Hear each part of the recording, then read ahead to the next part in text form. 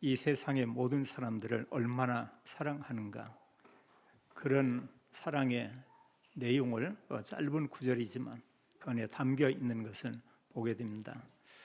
성경은 기록하기를 이 세상을 이처럼 사랑하사 이렇게 말씀을 했고요. 그리고 세상 사람들을 사랑하기 위해서 독생자를 보내셨다 이렇게 말씀을 했고, 또 성경은 그 독생자 그리스도로 오신 그 예수님께서 우리를 구원하고 사랑하시는 증거로 우리 죄를 위해서 십자가에 죽으신 것을 성경은 말하고 이렇게 증거하고 있습니다. 하나님의 그 사랑은 사실 이런 구별된 그런 사랑이 아니고 모든 사람에 대한 그런 사랑인 것을 우리는 잘 알고 있습니다. 지구촌에 많은 사람들이 살고 있죠. 그 모든 사람을 사랑하고 그들이 구원받기를 원합니다. 또 그런가 하면 구원받은 하나님의 자녀, 더 말할 필요가 없죠. 하나님 자녀에 대한 그 사랑은 이루 말할 수 없고, 그래서 성경의 이런 내용들은 하나님께서 구원받은 그리스도인들을 얼마나 사랑하고 있는가, 그런 내용들을 우리에게 알려주고 또 우리에게 깨닫도록 기록된 것을 우리가 보게 됩니다.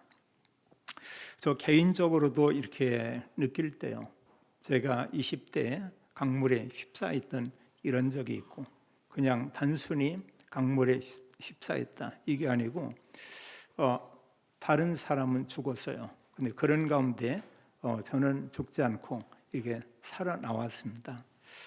하나님께서 은혜를 베푸셨다, 저는 그런 생각을 하게 되고요. 또 우리가 살다 보면은 또 몸이 아플 때가 있고, 또 때로는 이런 정신적으로 또 어떤 어려움이 오는 그런 경우도 있어요. 저 같은 경우도 20대에 이런 어떤 지금에 와서 보면 공황증 이렇게 느껴지는데, 그 당시에 보면은 이런 어려운 상황이었고, 한마디로 아무 생각이 없이 한 4개월 가까이 보냈던 그런 적이 있습니다. 제가 이제 그런 가운데 있다가 예수 그리스도 이 복음이 믿어졌어요. 그때는 지금 우리처럼 선명하게 예수는 그리스도 이게 아니고요, 예수님이 믿어졌던 겁니다. 예수님께서 나의 죄를 위해서 죽으시고 부활했다, 이게 정말 믿어졌어요. 제가 죄인이라는 것을 알게 됐고, 그 죄를 예수 그리스도께서 십자가에 피 흘려 죽으심으로 이 모든 죄를 다 끝내셨구나. 그리고 말씀대로 3일 만에 부활해서 완전 구원을 이루었다. 그 뒤에 그 우울한 이런 부분은 완전히 없어졌습니다. 그리고 그 이후에는 저의 친구들이 다 바뀌었어요. 그 전에 놀던 친구인데 그날 이 시점오리에서 그 이후에는 이제 만나는 친구들은 예전에 그런 친구하고는 모든 관계가 사실은 다 끊어졌습니다. 직장 안에서도 그런 가운데 새로운 친구가 이렇게 생겼어요. 그들은 바로 예수 그리스도를 믿는 믿음의 사람들이었습니다. 그런 몇몇 사람들이 모여서 직장 안에서 우리가 좀 모여서 기도하자, 또 기도하면서 우리가 이 복음을 전하자, 또 이런 가운데 직장 안에 장소를 찾다 보니까 넓은 장소를 우리가 또 이렇게 사용할 수가 있었어요. 근데 그런 그 장소를 제가 한 10년 정도 가까이, 그 이후에 또 다른 사람들이 수년을 이렇게 사용한 이런 경우를 이렇게 기억을 해봅니다. 2년 전에는 이런 질병, 또 많은 사람들이 이런 질병으로 죽기도 하고 살기도 하는데, 이런 가운데 하나님이 이런 구원해 내셨다, 이런 것을 참 이렇게 보게 되고요. 그리고 때로 어느 분이 아프고 힘들고 하면 제가 그런 얘기를 간혹 합니다. 내게 이런 질병이 있었는데 이런 가운데 참 이렇게 하나님께서 은혜를 허락하사 이런 질병에서 하나님 구원해 내셨다. 의의로 이제 이런 얘기다 보면 듣는 사람 가운데 저 같은 사람들이 적지 않게 꽤 있더라고요. 어느 분 같은 경우는 거기 어떤 스텐트 이것을 3개를 이렇게 박았다, 이런 경우도 있고, 참 이런 우리 곁에는 때로 보면은 이런 육신의 질병으로 어려움 가운데 많은 어려움을 당하고 또 힘들어하는 이런 분들이 있죠. 이런 가운데서 하나님께서 우리를 구원해 내시고 또 때로 치유하고 또 하나님께서 말할 수 없는 은혜를 주는 것을 우리가 볼 수 있습니다. 우리는 한 분 한 분이요. 나는 하나님의 사랑을 얼마나 느끼고 살고 있는가. 하나님은 다 사랑해요. 특히 하나님의 자녀 사랑하는 것은 정말 이루 말할 수가 이렇게 없죠. 중요한 건 나입니다. 하나님의 그 사랑이 내게 얼마나 큰가, 이걸 많이 느끼는 사람이 있고, 그걸 전혀 느끼지 못하고 하나님 나에 대해서 뭔 사랑을 했어, 나는 전혀 모르겠어, 난 내 힘으로 살았어, 이런 사람도 있을 수가 있고요. 아는 만큼 우리는 사실 구원에 대한 은혜, 구원에 대한 감사, 정말 하나님은 나와 함께 있구나, 이런 것을 우리가 알 수 있고, 우리는 또한 이런 고백을 우리가 하게 됩니다. 구원과 함께 우리에게 주신 축복은 참 이루 말할 수 없어요. 많은 부분들이 있습니다만, 성경을 가지고 볼 때 간단히 말씀한다면 성경은 예수 그리스도 믿는 자는 하나님의 자녀다, 이렇게 말하고 있어요. 신분이 하나님의 자녀입니다. 또 성경은 말씀하기를 예수 그리스도 믿는 자는 모든 죄에서 자유함을 얻게 됐다, 죄사함을 받았다, 의롭게 됐다, 이렇게 말씀하고 있고요. 또 성경은 말하고 있습니다. 구원받은 하나님의 자녀들이 혼자 있는 것 같지만 그들과 함께 성령이 함께 계시고 성삼위 하나님께서 그와 함께 계신다, 그를 떠나지 않는다, 이렇게 말씀하고 있죠.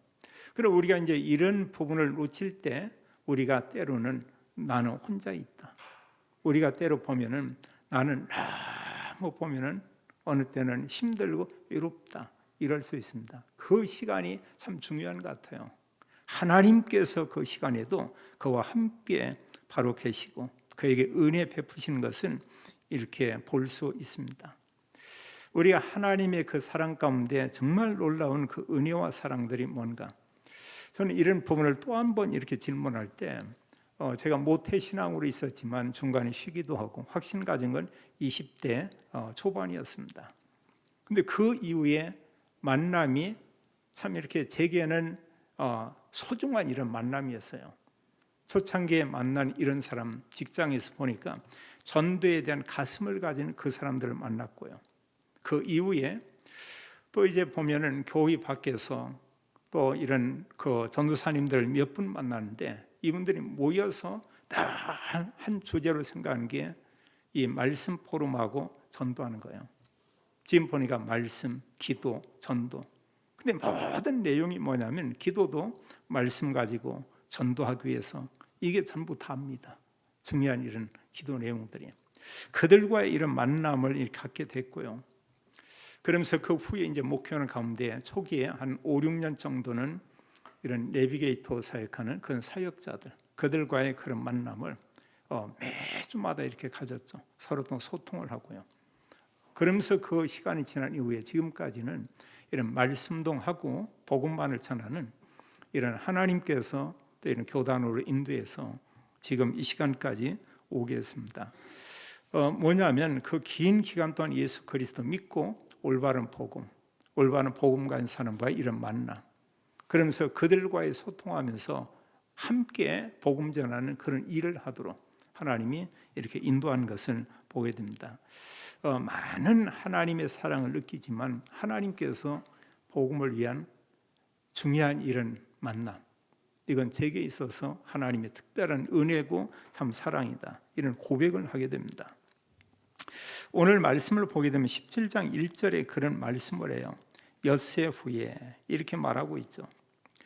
여기 사실 엿새 후에 이런 말씀할 때는 이제 사실 그 앞에는 예수님에 대한 신앙 고백이 있었고, 그 신앙 고백 이후에 예수님께서 이제 예루살렘에 올라가서 종교 지도자들에 의해서 붙잡혀서 많은 고난을 받고 죽을 것이다, 그러나 3일 만에 부활할 것이다, 이런 말씀들을 그들에게 얘기를 했습니다. 그러면서 이제 사실은 이런 말씀한 후에 불과 며칠 안 돼서 이런 그 예수님께서 이제 그 제자 중에 몇몇 사람과 함께 이제 높은 산에 올라가는 것을 보게 되죠. 그리고 1절은 엿새 후에 예수께서 베드로와 야고보와 그 형제 요한을 데리고 따로 높은 산에 올라가셨더니, 이스라엘 나라의 이런 지도를 보면은 이제 갈릴리에서 이쪽에 보면은 그 가이사랴 빌립보라고는 이런 지역이 있어요. 그리고 거기서 위쪽에 보면 높은 산이 있습니다. 그리고 사실은 이 신앙 고백한 이후에 불과 얼마 안 돼서 그 산에 올라갔다고 이렇게 볼 수 있죠. 근데 성경은 말씀하기를 그 산에 올라가는데 예수님의 그 모습이 이렇게 변형된 거예요. 여기 12 제자가 아니고 특별히 3 제자만 데리고 그 산에 올라갔습니다. 2절에 보게 되니까 이제 그들 앞에서, 그 제자들 앞에서 예수님이 변형됐는데 그 얼굴이 해같이 빛나며 이랬어요. 우리가 햇빛을 맑은 날에 보면 너무 눈부시죠. 그리고 오랫동안은 우리가 볼 수가 없습니다. 근데 예수님의 이런 그 얼굴이 해같이 빛나며 이랬고요. 또 예수님의 옷이 빛과 같이 휘어졌더라. 그런 얼굴에 햇빛처럼 빛나죠. 그의 옷은 이런 그 빛이 나면서, 그러면서 이런 광채가 이런 나는 모습을 이들이 본 것입니다. 이 제자들이 수년 동안 예수님과 함께 있었지만 이런 모습은 본 적이 없어요. 전혀 본 적이 없습니다. 예수님이 그리스도입니다, 이런 고백한 후에 예수님께서 이제 인류 구원을 위해서 죽을 걸 말씀하고 3일 만에 반드시 나는 부활한다, 이걸 얘기하고 있었죠. 그런 증거들이 뭐냐면 그게 말씀의 성취인데 예수님이 누구냐, 이걸 말하고 있죠. 예수님이 그리스도다, 이걸 그들이 알렸던 것이고요. 그러면서 여기서 예수 그리스도의 모습이 이렇게 변형이 되는데, 이때 그 제자들이 보니까 누가 보이냐, 여기에 모세와 엘리야가 예수와 더불어 말한 것이 그들에게 보이거늘 이래서요. 3 제자가 본 것이 뭘 봤냐면, 분명히 예수님과 함께 4명이 올라가는데 거기에 이제 모세와 엘리야가 거기에 보이게 되고요. 그들이 예수님과 함께 이렇게 말하는 것을 이렇게 봤다, 이렇게 말하고 있습니다. 우리가 잘 알지만 그 구약 성경을 보면 크게 구약은 둘로 이렇게 나누어져 있습니다. 하나는 이제 하나님 율법을 기록한 모세의 이런 그 율법의 말씀, 이런 내용들이 기록되어 있고요. 또 구약의 중요한 이런 내용 가운데 하나는 바로 선지서의 이런 말씀들이죠. 그게 다라고 볼 수 있어요. 그리고 율법과 선지자가 한 그 말, 선지서는 뭐냐? 구약 성경을 말하고 있습니다. 그럼 여기 사실 중요한 것은 모세는 누구냐면 율법의 사실은 대표자라고 볼 수 있어요. 하나님께로부터 말씀을 받아서 율법을 전하고, 그 이스라엘의 모든 백성들이 모세를 아주 소중하게 여깁니다. 이유가 뭐냐? 하나님의 언약의 말씀을 받아서 전달하고, 특히 유대인들은 모세 율법의 말씀을, 그것을 하나님 말씀을 인정하고 그 말씀 가지고 살기를 원하고 그 말씀을 계속 후대들에게 이렇게 전달을 했죠. 또 여기 중요한 게 이제 바로 엘리야죠. 많은 선지자들이 있지만 그런 가운데 가장 능력을 행한 선지자를 우리가 엘리야라고 이런 얘기합니다. 그래서 선지자의 대표라고 이렇게 말할 수도 있어요. 이들이 사실 구약의 중요한 이 2 인물이 예수님과 함께 말하는 것을 이렇게 보게 됐다, 이렇게 말씀하고 있어요. 이 모습을 보고 여기서 베드로가 하는 말을 우리가 이렇게 볼 수 있어요.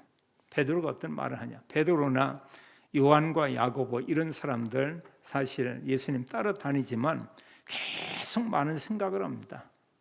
예수님 따라다니면 우리가 한 자리에 앉을 거야.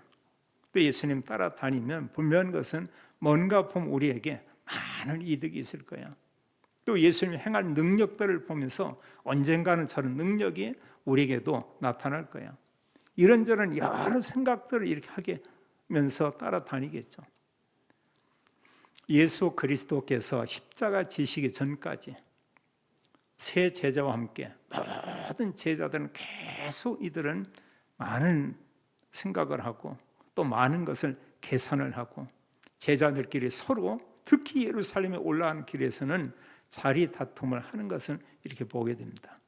그런데 제자들이 생각하는 것과 예수님이 생각하는 건 전혀 달라요.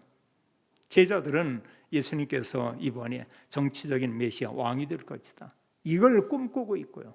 근데 예수님께서는 예루살렘에 올라가면 이 땅에서 임금이 아니고 그리스도의 사역을 위해서 십자가에서 죽는다는 것을 알고 예루살렘을 향해서 가는 것입니다. 그러면 누구의 생각대로 그 뒤에 일들이 일어났냐? 제자들의 생각은 그 일이 일어나지 않았어요. 예수님께서 마음에 담고 있고 내가 죽을 것이다 말씀한 그대로 예수님이 십자가에 죽으시는 이런 모습을 우리가 성경을 통해서 볼 수가 있죠. 이때 베드로가 하는 그 말이 있어요. 베드로가 말하기를 4절에 보면 예수께 여쭈어 이르되 주여 우리가 여기 있는 것이 좋사오니. 지금 거기는 산 꼭대기입니다. 그럼 뭐가 대단히 자기들이 소유하고 가질 만한 이런 것도 없습니다. 어느 면에 아무것도 없는 그런 곳이라고 볼 수 있어요. 그러면서 말하기를 만일 주께서 원하시면 내가 여기서 초막 셋을 짓되 하나는 주님을 위하여, 하나는 모세를 위하여, 하나는 엘리야를 위하여 하리이다. 이런 얘기합니다. 이런 예수님의 변형된 모습을 보고 예수님께서 모세와 엘리야와 대화한 내용을 보고 나서 말하기를 이곳에 초막 셋을 짓겠습니다. 그 셋을 짓는데 누구냐? 주님을 위해서, 모세를 위해서, 엘리야를 위해서. 거기서 누가 있냐? 또 세 제자가 있죠. 어느 면에 정신이 온전하고 평상시라고 하면 여기 좋사오니 글쎄 모르겠어요. 그런 말을 했을지. 이런 그 세 분 아니고 여기에 이런 초막 6개를 짓고 살기 원합니다. 이런 생각했을지도 모르죠. 거기에다 나를 위해서, 야고보를 위해서, 그런가 하면 요한을 위해서. 근데 여기서 이런 모습을 보고 이제 보면은 이 베드로가 자기에 대한 거에 대해서는 전혀 얘기하지 않습니다. 우리가 이런 말씀들을 볼 때 우리가 뭐냐면요, 정말 하나님의 은혜 받고 하나님께서 정말 나와 함께 있고 이미 그리스도를 통해서 내가 말할 수 없는 영적인 축복을 다 받았구나. 이걸 알게 되면은 우리가 하나 내려놓는 게 있습니다. 나라고 하는 거. 그리스도가 전부 다구나. 우리가 이런 고백을 하죠. 정말 예수님께서 하신 말씀, 이게 너무 소중한 거구나. 사람의 말도 중요하지만 그리스도께서 하신 그 말씀, 이게 정말로 생명의 말씀이구나. 복음서에서 말씀한 그게 정말 생명의 말씀이구나. 바울과 수많은 전도자들을 통해서 증거한 이런 말씀, 그 복음이 정말 가장 소중한 거구나. 우리가 이런 말을 할 수 있죠. 그런데 우리가 보면 이제 하나님 은혜보다 이런 언약의 말씀, 이걸 순간 놓치면 사람은 여전히 보면 나, 내 거, 이런 걸 많은 그 생각을 하죠. 그럼 내가 원하는 게 이렇게 맞지 않으면 거기에 대해서 우리가 말로 공격을 할 수 있고 또 때로는 몸싸움을 하기도 하고 더 나아가서는 억울하면 또 이렇게 고소하는 이런 일들도 이렇게 생기고. 여기서 분명한 것은 베드로가 뭔가를 예수님께 자신을 위해서 전혀 구하는 게 없어요. 오직 주를 위해서. 예수님의 모습이 이 높은 산에 변형된 것은 우리에게 무엇을 알게 하냐? 그 예수님 누군가를 우리에게 알리는 거예요. 이 예수님이 누구냐? 바로 그리스도다. 이걸 알려주는 것이죠. 그리고 제자들이 예수님이 그리스도입니다. 살아계신 하나님의 아들입니다. 이런 고백을 했죠. 그리고 그리스도는 반드시 십자가에 죽으시고 부활해야 됩니다. 이런 사실을 비로소 제자들에게 얘기를 했죠. 높은 산에서 예수님 모습이 변형됐습니다. 중요한 건 뭐냐? 그 예수님이 과연 누구냐는 거예요. 그 뒤에도 하늘로부터 소리 나서 그게 말씀하지만 이 예수님은 바로 그리스도다. 이걸 얘기하고 있죠. 우리가 사실 이 땅에서도 하나님 언약을 가지고 있으면 정말 오직 예수, 오직 그리스도. 우리가 이런 고백도 하고 또 우리가 그런 삶을 우리가 살 수가 있습니다. 근데 하나님 말씀 놓치면 우리는 평생 동안 살면서 어떻게 사냐? 그냥 나 재밌게 내가 잘 되고 성공하고 나쁜 게 아니죠. 이제 성공하고 이러고 나서 정말 성경이 믿음의 사람처럼 내가 복음을 위해서 전도자들 위해서 어떻게 살 건가? 이런 질문을 하는 게 옳은 거겠죠. 여기 이제 이런 예수님께서 이런 말씀하는 것을 보게 되고, 이러면서 5절에 보면 말할 때 호련히 빛난 구름이 그들을 덮으며 구름 속에서 소리가 나더라, 이렇게 말하고 있습니다. 그래서 구름 속에서 소리가 나는데, 소리 나는 그 내용이 뭐냐? 말하기를 이는 내 사랑하는 아들이요 내 기뻐하는 자니 너희는 그의 말을 들으라 하시니라. 이건 하나님의 음성이죠. 구름 속에서 하늘로부터 말씀하기를, 예수님에 대해서 말하기를 내 사랑하는 아들이고 내 기뻐하는 자다, 너희는 그의 말을 들으라, 이렇게 말하고 있습니다. 이런 목소리가 언제 들렸냐? 마태복음 3장에 보게 되면 17절에 예수님께서 세례 요한에게 세례 받을 때 하늘로부터 이런 음성이 났어요. 하늘로부터 말씀하기를, 하늘로부터 어떤 음성이 들렸냐? 이는 내 사랑하는 아들이요 내 기뻐하는 자다, 이렇게 말했습니다. 이건 뭡니까? 예수님 메시아라고 하는 거예요. 예수님이 그리스도라고 하는 거예요.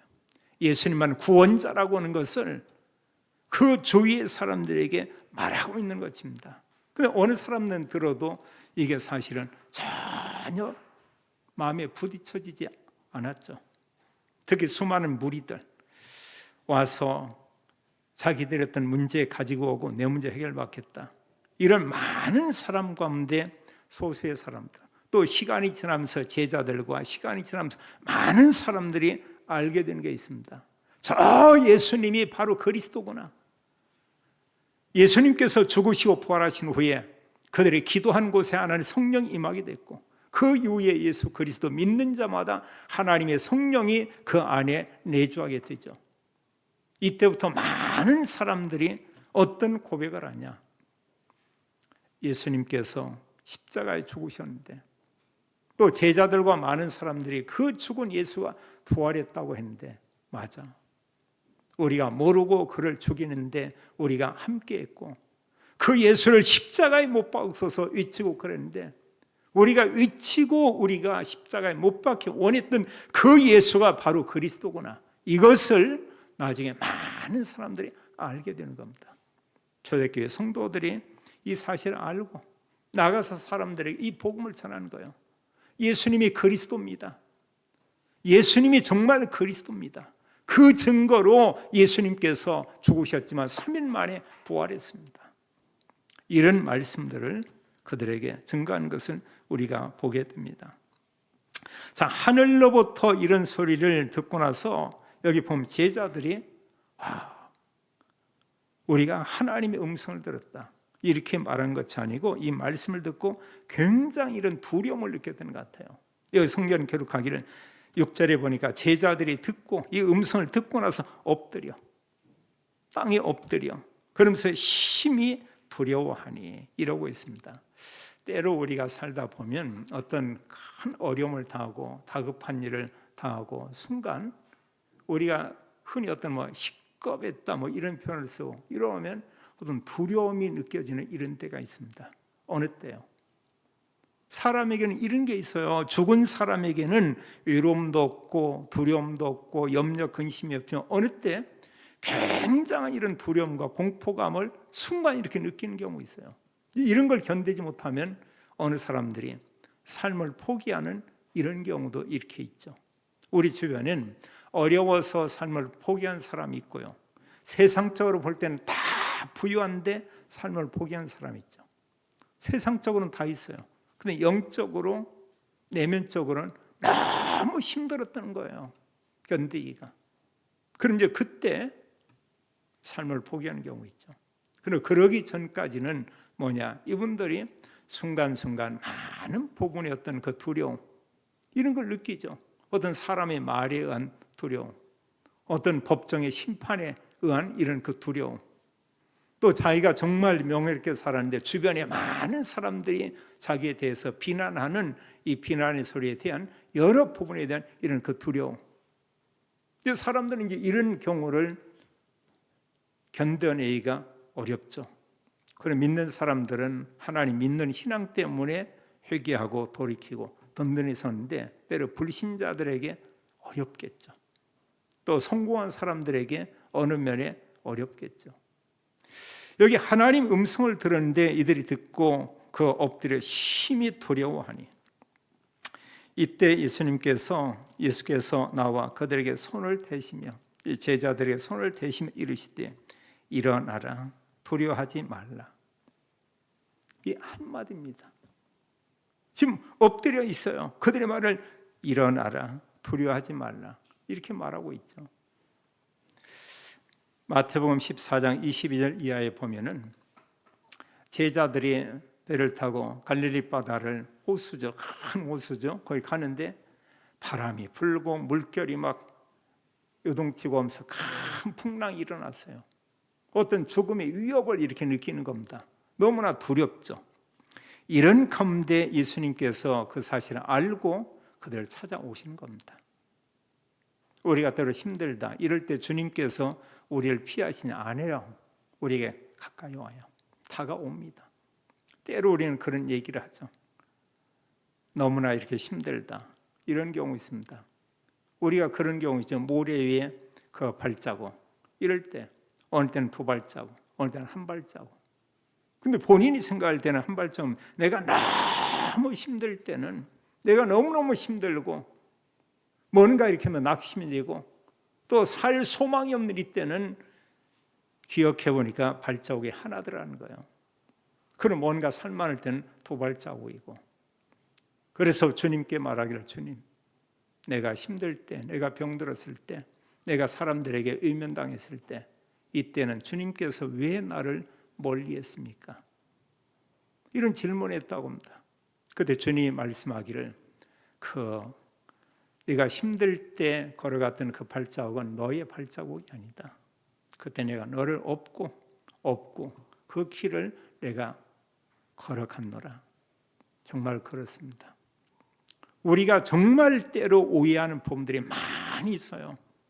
내 생각으로 우리가 하나님 말씀을 놓칠 때가 많이 있습니다. 이런 풍랑 가운데 위기에 있을 때 예수님께서 걸어오는데 제자들은 뭐냐? 유령이다. 두렵죠. 그게 보면은 오는데 뭔가 영적으로 내게 어떤 큰 위협을 주는 어떤 존재가 사실 이 바다라는 곳을 사람이 정상적으로 걸을 수가 없죠. 근데 어느 사람이 이렇게 한밤중인데 걸어오는 거예요. 너무너무 무섭죠. 유령이다. 이들이 사실 무서워서 소리치는데 이때 주님께서 그들에게 말합니다. 안심하라.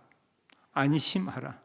내니 두려워하지 말라. 이렇게 말하고 있죠. 우리가 이 음성을 들어야 됩니다. 내가 어려움 가운데 어느 때 혼자 있는 것 같지만 그때 우리 주님께서 우리에게 말씀하기를 여기 말씀처럼 내니 두려워하지 말라.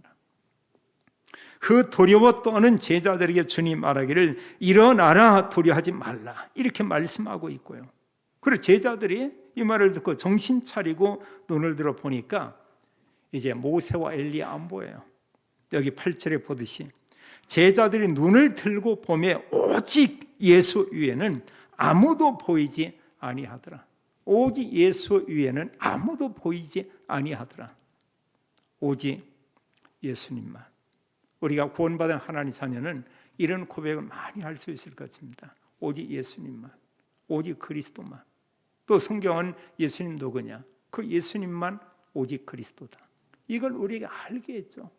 그리고 예수님이신 그리스도께서 우리의 죄, 또 우리의 지옥의 저주, 또 영적인 문제와 사단의 이런 진노, 이런 가운데서 완전히 우리를 구원해냈죠.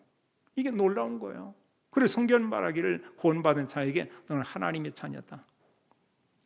또 말씀하고 있죠. 너의 모든 죄는 끝났다. 내가 영으로 너와 함께 있다. 너를 통해 내가 앞으로 정말 해야 될 중요한 그런 일들이 있다. 그게 미션이고 사명이죠.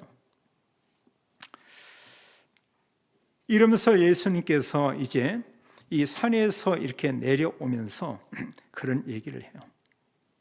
산에서 내려올 때 예수께서 명하여 이르시되 인자가 죽은 자 가운데서 살아나기 전에는 본 것을 아무에게도 이르지 말라. 이건 무슨 얘기입니까? 뭐 이 내용을 가지고 다른 제자들에게 말하라 이게 아니고 그 누구에게도 말하지 말라. 내가 죽었다가 살아난 후에 그 이전까지는 누구에게 말하지 말라. 꼭 이 말씀을 우리가 생각나게 하는 것 같아요. 마태복음 16장 이제 13절로 20절의 내용을 보면 예수님께서 특히 이제 15절에 그런 질문했죠. 너희는 나를 누구를 하느냐?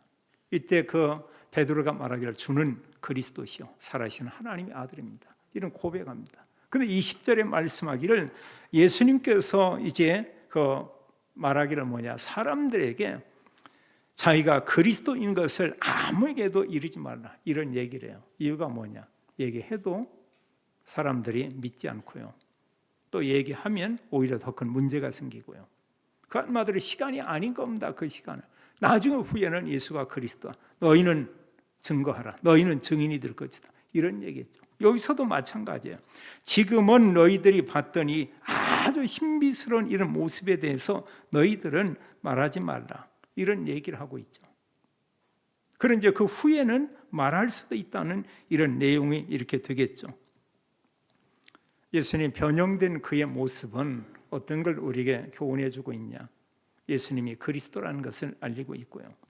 또 그런 변형된 이런 모습은 무엇을 우리에게 또 교훈하고 이렇게 말하고 있냐? 이제 궁극적으로 예수님은 바로 하나님 나라에 계시면서 보좌편에 계시고 후에는 심판주로 오실 바로 이제 그런 분이시다. 이걸 우리에게 말하고 있고요. 그리고 가장 중요한 것은 예수님께서 메시아라는 거예요. 그리스도라는 거예요. 이걸 우리에게 이제 교훈하고 있죠. 이때 이제 제자들이 예수님께 이렇게 묻는 거예요. 제자들은 자기 속에 있는 걸 가지고 이렇게 묻습니다. 특히 베드로 이렇게 묻는 걸 좋아하죠. 10절에 보니까 제자들이 물어 이르되 그러면 어찌하여 서기관들이 엘리야가 먼저 와야 하리까 하나이까? 한마디로 뭐냐? 그리스도 오기 전에 엘리야가 먼저 와야 된다고 말씀하는데 이건 무슨 얘기입니까? 이때 예수는 설명하죠. 대답하여 이르시되 엘리야가 과연 먼저 와서 모든 일을 회복하리라. 내가 너에게 말하노니 엘리야가 이미 왔으되 엘리야 왔다. 이렇게 말하고 있고요. 그런 사람들이 알지 못하고 그 온 그분에 대해서 임의로 대우하였도다. 인자도 이와 같이 그들에게 고난을 받으리라 하시니.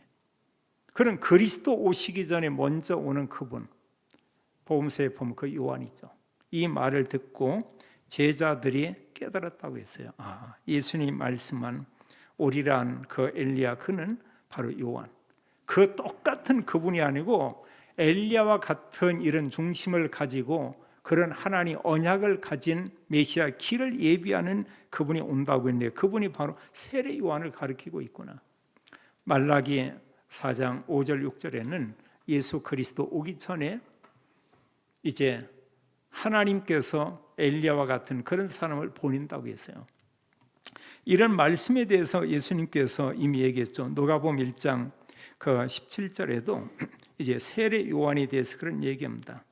말씀하는 가운데 그가 엘리야의 심령과 능력으로 주 앞에 먼저 와서 그리스도와 먼저 와서 아버지의 마음을 자식에게 거스른 자를 의인의 슬기에 돌아오게 하고 주를 위하여 선 백성을 준비하리라. 그래서 엘리야와 같은 이런 중심을 가지고 그런 성정을 가진 그런 사람이 오게 될 것이다. 엘리야가 그대로 왔다 지금 이 얘기가 아니고요. 그래서 그리스도의 이런 길을 예비할 그분이 먼저 오게 될 것이다. 복음서는 그분이 세례 요한이다. 이렇게 이제 말씀하고 있죠. 자, 그럼 이제 중요한 게 이 부분입니다. 우리는 성경을 통해서 인생 모든 문제의 답이 오직 예수 그리스도라고 우리가 고백하고 있어요. 그렇다면 정말로 중요한 것이 이 땅에 인간을 구원할 구원자는 누구냐? 복음서는 말합니다. 예수님만 인간을 구원할 수 있다. 예수님만 그리스도다. 이걸 말하고 있고요. 그리고 창세기 3장이 시작된 죄와 사단과 지옥의 문제는 이미 그 당시에 왔고 지금도 진행되고 있고 예수 그리스도께서 재림할 때까지 이 창세기 3장 문제는 영원하죠. 이 사이에 개인 종말도 이렇게 있습니다. 구원받은 사람 하나님 나라 천국에 가지만 정말로 그리스도를 믿지 못하고 구원받지 못한 사람은 지옥에 간다고 말씀하고 우리는 그렇게 알고 우리가 증거하고 있는 것입니다. 그럼 모든 문제 답이 뭐냐? 여자의 우선 임마누엘. 또 말씀하기를 정말 오직 그리스도 그분만이 인간을 구원할 수 있다. 우리가 이 땅에 살면서 이제 여러 가지 이런저런 많은 문제들이 있습니다. 우리가 삶의 문제도 있습니다. 이제 창세기 3장과 함께 문제, 갈등, 위기. 창세기 3장 문제 답이 그리스도고요. 문제, 갈등, 위기 답도 뭐냐? 역시 보면은 진짜 어려움 닿으면 내가 아니고 그리스도라는 걸 알게 됩니다. 친구 아니고요. 부모님도 아니고요. 어떤 힘 있는 내가 아는 그 사람도 아니고 오히려 힘 있는 사람 우리가 찾아가면 외면하는 경우 많이 있습니다. 우리를 단절시키는 사람들 많이 있습니다. 본인들이 필요한 때는 다 이렇게 이용하죠. 어느 때 찾아가면 만나주지도 않는 경우 많이 있습니다. 이게 세상이에요. 이게 사람이고요. 그래서 시편에 보면은 인생을 의지하지 말라. 힘 있는 자들 의지하지 말라. 의지할 거 못해요. 오직 그리스도. 이런 가운데 하나님께 우리가 기도하면 하나님 여기에서 우리에게 말씀을 주고 하나님 우리에게 새로운 은혜 주는 걸 보게 됩니다. 우리는 살다가 보면 뭐 가정 문제 이게 없을 수가 없어요. 또 건강 문제, 또 오늘은 오랫동안 살기 때문에 또 이런 문제가 더 많을 수도 있죠. 옛날처럼 5, 60대에 살다가 이 세상 돌아가신다. 그럼 별 문제 없어요. 뭐 암으로 걱정할 겁니까? 아니면 무슨 노인정 가고 뭐 그런가 하면 요즘처럼 보면은 요양원 가고 이런 문제가 있겠습니까? 그전에 뭐 다 모든 게 정리가 되는데요. 아무것도 문제가 안 돼요. 근데 지금 뭐냐? 100세 산다고 해 사람들이요. 문제는 이제 50에서 100살까지 사는 이 동안에 이 땅에 이런저런 많죠. 특히 건강에 대한 이런 문제, 질병, 또 정신적인 문제. 여기다 대고 우리가 보면 도의지 사회가 되면서 또 경제 문제 간단치 않죠. 그러나 알 것은 뭐냐? 이런 모든 문제의 진정한 참된 답이 뭐냐? 그리스도라고 하는 거. 우리 개인견이 어려움 당했을 때 기도해 본 사람은 알게 됩니다. 맞아. 그리스도가 이런 여러 부분에 대한 참된 그 답이더라. 이런 고백을 하죠. 여기 이제 우리가 조금 하나 이런 말씀과 함께 조금 우리가 바른 생각과 바른 생활은 참 필요하다. 이렇게 좀 말할 수 있겠습니다. 하나님께서 예수 그리스도 안에서 우리에게 말할 수 없는 복을 줬어요. 이미 영적인 복을 다 주었습니다. 지금도 말씀과 또 하나님께서 이런 믿는 사람들을 통해서 우리가 기도하는 건 지금도 끊임없이 하나님은 이런 많은 부분의 복을 줍니다. 우리에 필요한 육신적인 하나님 복도 줍니다. 그런데 사람들이 그걸 놓치는 경우가 많죠. 또 앞으로도 우리에게 계속 하나님께서 은혜를 주고 우리에게 복을 주실 것입니다. 이런 모든 걸 가지고 우리는 어떤 삶을 정말 살아야 되느냐. 오늘 성경은 예수님이 그리스도다 말하고 있어요.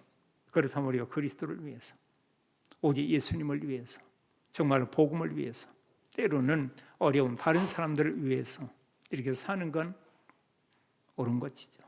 모든 성도님들이 하나님의 언약 가지고 기도하며 정말 성령 충만 받고 또 하나님께서 이미 말할 수 없는 은혜 주신 것을 우리가 알고 하나님께 감사하고 또 우리가 복음 가진 이 교회와 함께 여러 성도들을 인해서 우리가 감사하고 또 직장과 모든 일에 범사에 정말 감사하며 전도자의 삶을 사는 모든 성도님들 다 되시기를 예수님의 이름으로 축원합니다.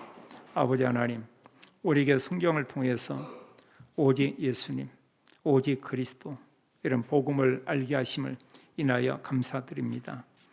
우리가 어려울 때 주님께서는 우리에게 찾아오셔서 우리를 위로하시고 우리를 주님께서 굳건히 세우십니다. 또 우리에게 은혜를 주어서 우리에게 그리스도 복음을 전하는 증인의 삶을 살기를 원합니다. 하나님 사순절 기간 모든 성도님들이 말씀과 기도와 전도 언약 가지고 모든 사람을 또 우리가 축복하며 모든 사람을 도우며 모든 사람과 함께 이런 그리스도 언약 가지고 행복한 전도자의 여정을 가도록 하나님이 축복해 주옵소서. 주 예수 그리스도 이름으로 기도하옵나이다. 아멘.